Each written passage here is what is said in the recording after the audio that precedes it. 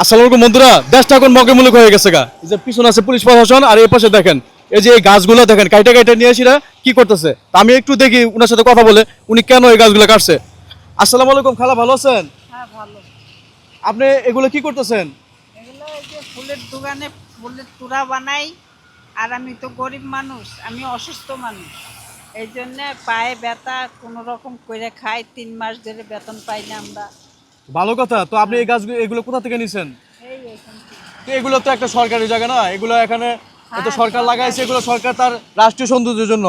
তো আপনি আপনি কেন নিয়ে এগুলা ফুলের তোড়া লাগাইতেছেন এগুলা? কারণ আমার পেটে খিদা, আমার তো খেতে হবে। তো আপনার পেটের খিদা, তো আপনি এই গাছগুলো কেটে নিয়ে খেলে কি আপনার পেটের খিদা শেষ হয়ে যাবে? এখন কি করবো, এখন তো চলতে হবে, না চললে তো উপায় নাই।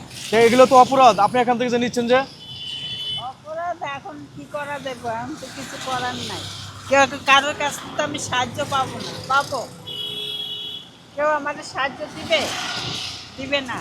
তাহলে এগুলো এগুলো নিয়ে কি করবেন? ফুলের তোড়া করবেন? হ্যাঁ মানে ফুলের চতুর সাইড দিয়ে যে হ্যাঁ গাছগুলো থাকে হ্যাঁ, এই হ্যাঁ। গাছগুলো নেন নাকি? হ্যাঁ আপনি ফুল বিক্রি করেন?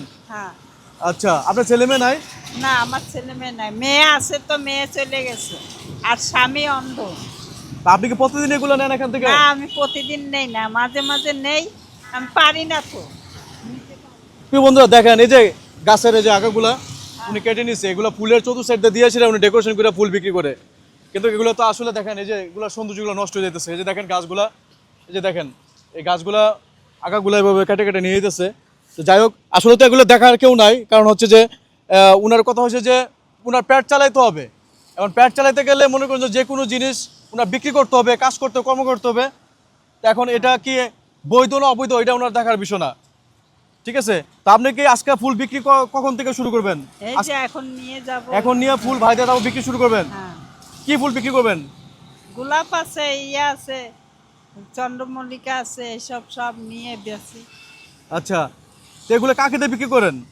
আমি একলাই ওইখানে যাই, ছেলেরা আছে, ছোট ছোট বাচ্চারা আছে, ওদের নিয়ে কাজ করি আমি। আপনার বাসা কোথায়? আমার বাসা জানোয়া ক্যাম্পে। আচ্ছা, তো আপনি এই ফুল বিক্রি কতদিন ধরে করেন? অনেক দিন ধরে।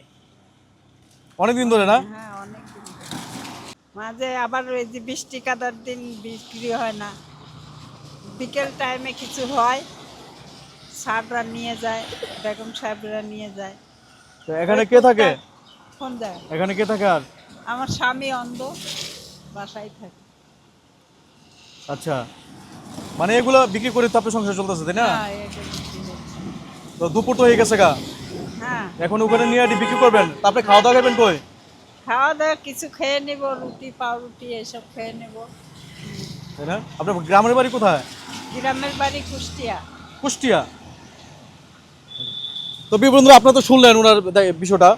এই যে এগুলো সরকারি গাছ, তো উনি প্রতিদিন এখান থেকে কাইটা কাইটা নিয়ে যায়। তো নিয়ে মনে করেন যে এগুলো ফুলের চতুর্পাশে দিয়া উনি এগুলো ডেকোরেশন করে উনি বিক্রি করে। তো ওনার কথা উত্তর এসেছে যে আমি যে বিপদে আছি তাহলে আমাকে কে চালাবে, আমাকে কে দেখবে, আমাকে তো কেউ চায়না পয়সা দিয়ে কেউ হেল্প করে না।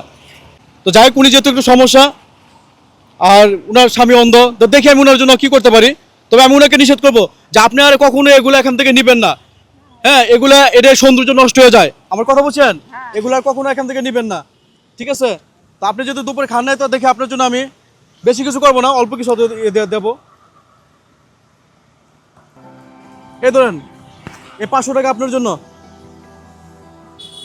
ঠিক আছে? এই টাকাটা আপনি খাবার খেয়ে নিন, হ্যাঁ? আর আপনি এখানে এগুলা কখনো এই জিনিসগুলো নষ্ট করবেন না। আপনি অন্য কোথা থেকে আপনি নিয়ে আসবেন, হ্যাঁ? তো ঠিক আছে খালা, ভালো থাকেন। হ্যাঁ। আসসালামু আলাইকুম।